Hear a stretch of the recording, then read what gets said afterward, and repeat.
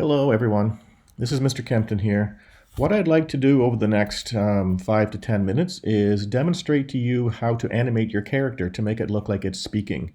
So we're going to be controlling different looks or costumes for the mouth.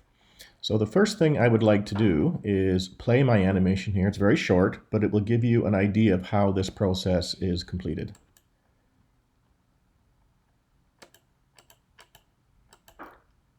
Hello, everyone. I'm Steven. All right, very simple. The hippo's name is Steven, and he's going to introduce you to his hippo friends in the background.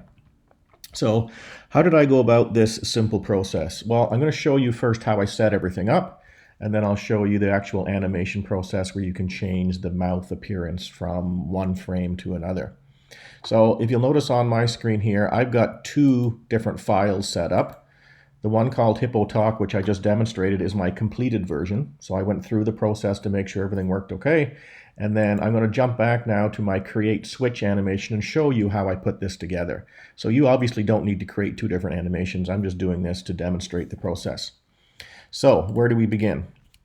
Well, I'm going to point out all the different layers I've created, and then I'll take you through the last part, which is the new part of this animation tutorial. So I brought in a background. It was simply an image I saved, and I chose File and Import, and I located the image and brought it in, and it's now a background layer. Very straightforward.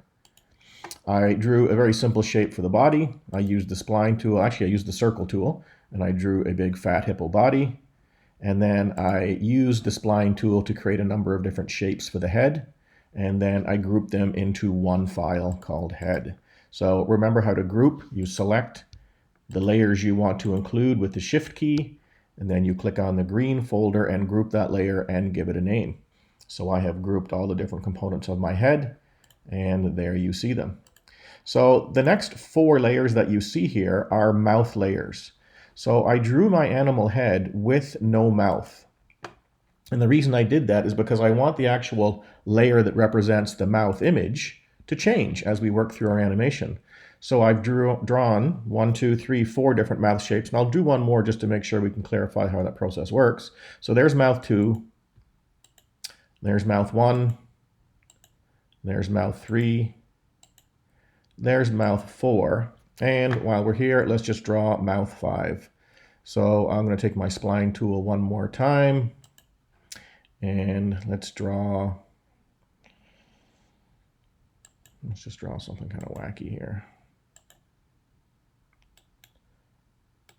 And I'm going to loop, and oh, I turned green.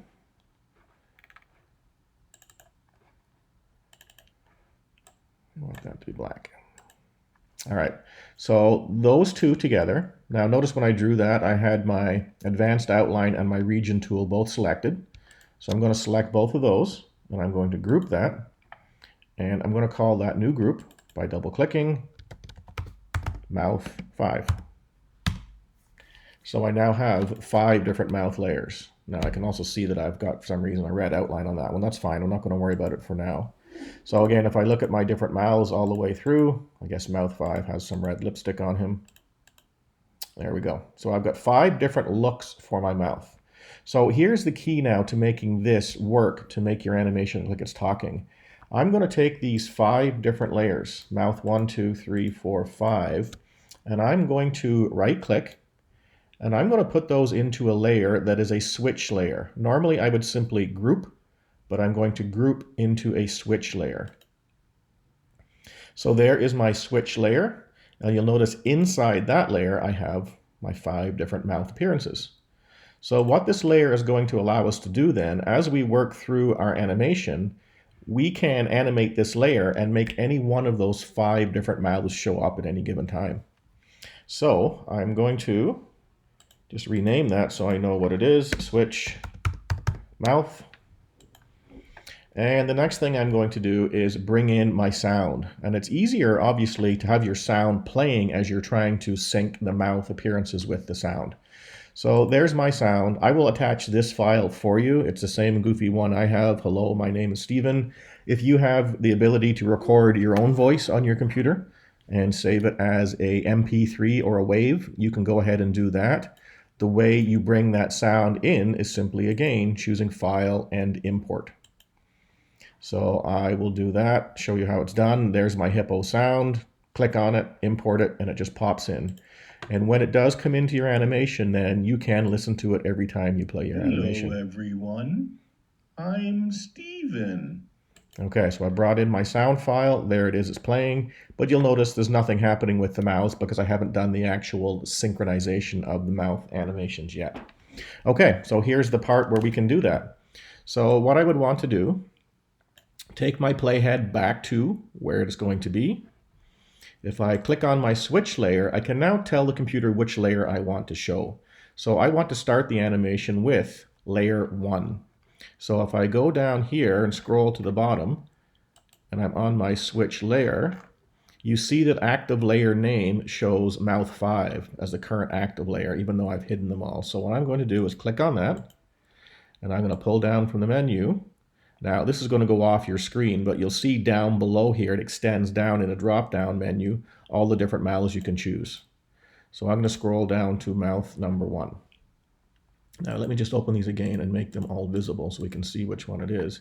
So I have now switched my layer at the beginning to mouth number 1. So I'm going to move ahead in my timeline to wherever I want. And again, we can play this and listen to our sound. Hello. So I heard the first part of hello right there. So what I'm going to do right there is go back down to making sure I'm on my switch layer still. Go down to my active mouth, and I'm going to switch that to whatever mouth I want. So we're going to the hello sound, so I'm going to go to mouth number 3. And then I can move ahead. And again, I may have to listen to this many times. Hello. Okay, so hello. So that is the different mouth shape. So that's going to go back to mouth number 1. And then we're going to hear everybody. Hello, everyone. Okay, now as you're working your way through, you may notice that you do not have a keyframe in the exact spot, and you're certainly free just to take it and drag it. So the hello went a little faster than I initially anticipated there, so I will watch it again. Hello, everyone. I'm going to move that over a little bit again and watch it one more time. Hello, everyone. Okay, so I'm happy with the hello, and now we'll start on the everyone. Hello, everyone. All right, so let's put it right there, and I'm going to switch my mouth again. Everyone, so let's give him mouth number 2. Every.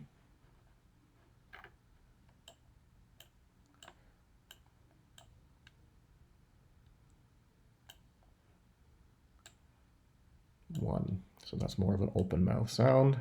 Now you're seeing the struggle that I'm having here is that this option to switch your mouth characters in my computer is right at the bottom of my screen. And every time I go just a little bit too low, it pulls up this scroll bar. And the scroll bar keeps getting in the way of me trying to switch my mouth. So you got to play with it a little bit. It's a little bit finicky. All right, but it does work. All right, so let's take a quick look at it. Hello, everyone. Okay, again, my timing wasn't very good there, so I'm going to move these up a little bit. Watch that again. Hello, everyone. Okay, so I'm going to, everyone has the open mouth, and then it closes the mouth, so I want to go back to mouth 1, and we'll watch it one more time. Hello, everyone. And again, I'm going to let it catch up because sometimes it does delay a little bit. Hello, everyone. Okay, so that's a very good hello, everyone. I think that's better than the last one I did. But again, the more you do this, the more practice you will get and the better you will become at it. So what I'd like you to do is, again, is finish up a character. You can go ahead and animate that simple little saying that I will attach to the lesson below, that sound file. If you have the ability to create your own sound file, that would be even better. And you don't need to make it too long because this is very time consuming and kind of labor intensive. But once you get rolling, it's really not too bad. So tell me a short little joke. Just say something and create an animated head and animate it. The more effort you put into it, obviously, the more credit you're going to get for your finished product. Now, up until this point, we have been saving all of our animations as GIFs. which has been working out well for us. But what I would like to do right here now is show you how to render as an AVI, because GIFs do not support sound. So we're going to do an AVI, which produces a simple little movie. So I'm going to render, as I normally would. And this is super easy. I'm just going to eliminate the .png and change this to AVI. And again, I can choose where I want it to go. So I'm going to go back to my desktop, create switch. I'm going to call this Stephen AVI, and I'm going to go ahead and render it. So that's now going to render to my desktop. It'll be called Stephen, and it will be an AVI movie. And again, you see here it's rendering to your desktop, and when it's finished, you should be able to open it and view it, and the audio should sync up quite nicely with your mouth animation. All right, let's give that a shot. Good luck. When you're done, if it's produced as an AVI, let's just not make it too long, because I know you need to try and email these to me. So let's put a limit of maybe 10 seconds on your animation. That shouldn't be too long for a short little video to send. All right, good luck with that.